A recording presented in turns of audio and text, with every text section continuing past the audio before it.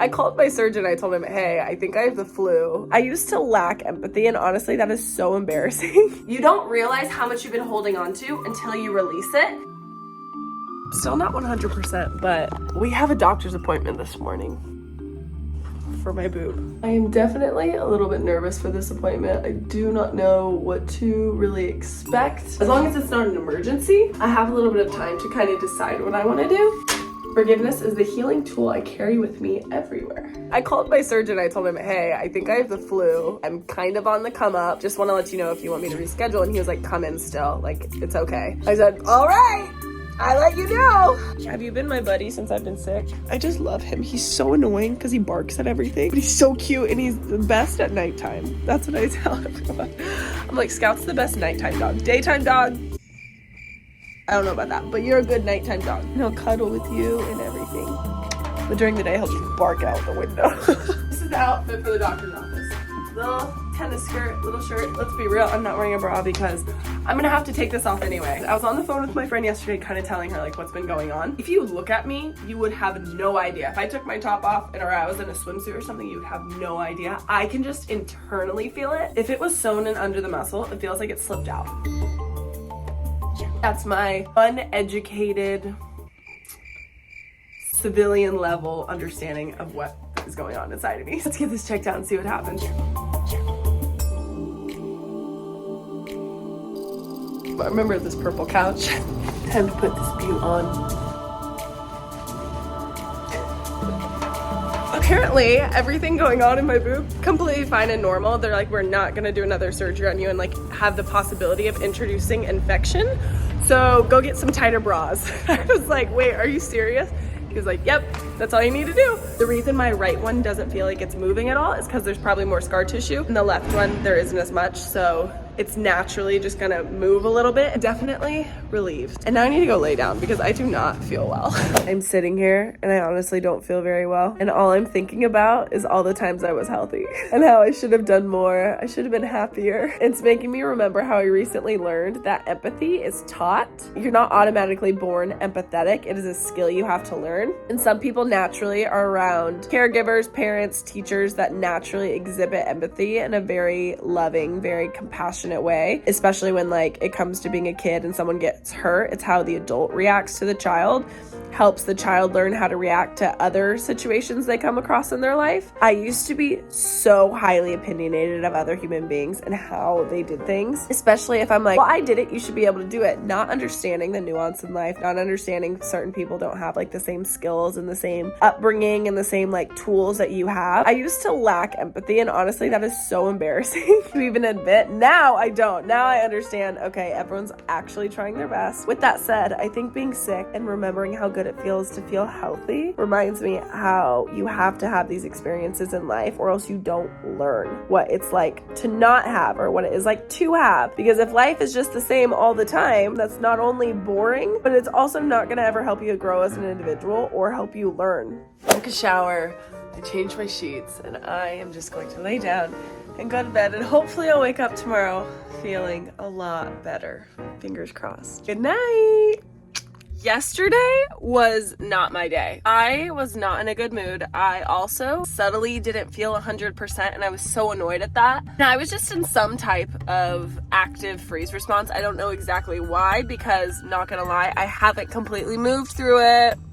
Everything I had to do felt so annoying and 10 times worse in my system than it should have because of that. I need today to be a better day. This morning my matcha tasted like disgusting. I can't even explain what that was. I bought like a single serve packet at Sprouts. I ran out of mine. It was just gross. So I am going to run in to Rose Cafe and get a matcha or something to try to start turning my morning around. I don't know what is going on with me, but I just am not here. I am somewhere else. And I talked to my friend. I texted her yesterday. I was like, girl, I feel like running away, moving to a different country, changing my name, and throwing my phone out the window on the highway. She literally responded, same. Obviously, we can't do that. We have kids, we have family, we have responsibilities. So we are going to do the next best thing, which is go get a matcha, go teach, go home, work through our freeze response, and try again, and keep going. I don't know. Okay, I'm gonna get up and go get my matcha before class starts.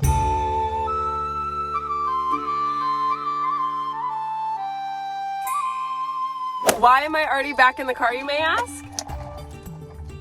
My first class just got canceled. I had a few girls in it this morning and everyone literally late canceled right before this, and I ran into my boss and I was like, hey. She's like, don't worry about it. Go have breakfast, go do something fun. We'll see you for the next one. And I was like, say less. I got a strawberry matcha, I treated myself, and I got a chocolate croissant. I'm a girl that likes a good pastry.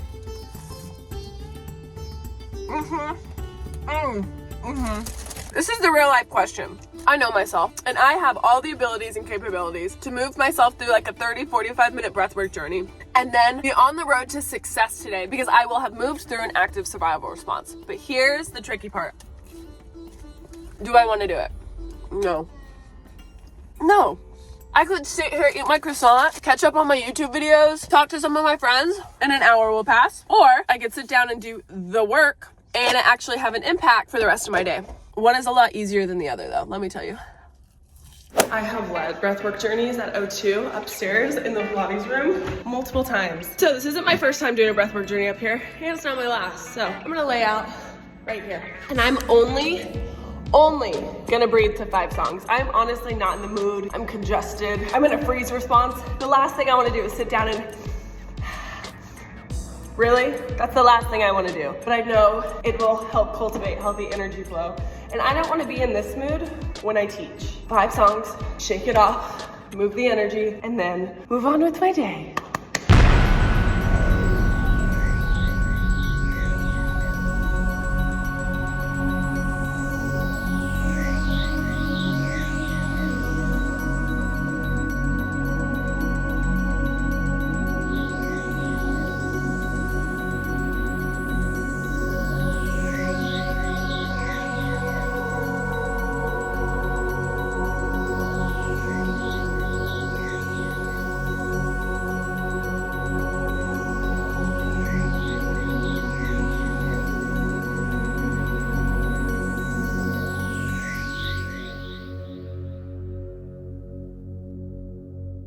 I feel a lot. That's what I'll say right now. I feel a lot more clear. Like I don't have a bunch of like residual built up energy, and I don't feel 100% better. There's definitely a few things I need to take aligned action on and do before I can get like fully back into equilibrium, but I feel a lot better, like 90% good.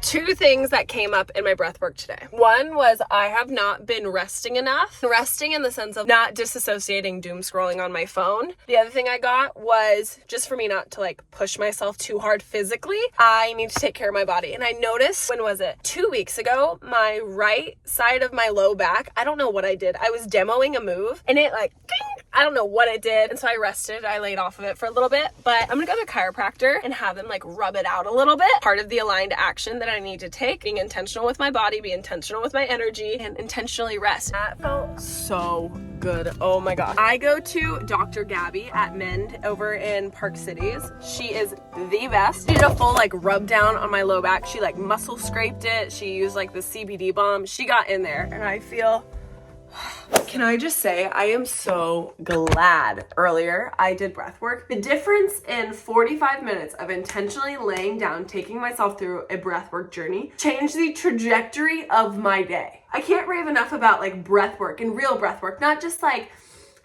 oh, I feel better. Deep therapeutic breath work consistently is just mind-blowing. It genuinely changed the trajectory of my day, and this is why. I literally took stagnant energy that was like this and slowly broke it up to where I can just be like this. This weekend honestly was really tough for me. I catch myself in a freeze response a decent amount, and I'm pretty good about addressing it, but every now and then it does get me and I feel beaten down. This one came off of me being sick, so I was like, oh, maybe it's just me feeling sick is why my body feels all off. Nope, I was in a freeze response, taking those intentional 45 minutes this morning, lay down, do breath work, changed not only how I felt about going into teaching, but how I interacted for the rest of my day. I feel like life is inevitable for having things come up and happen no matter what, and just knowing how to navigate and move that has just been a game changer. So that's where I'm at.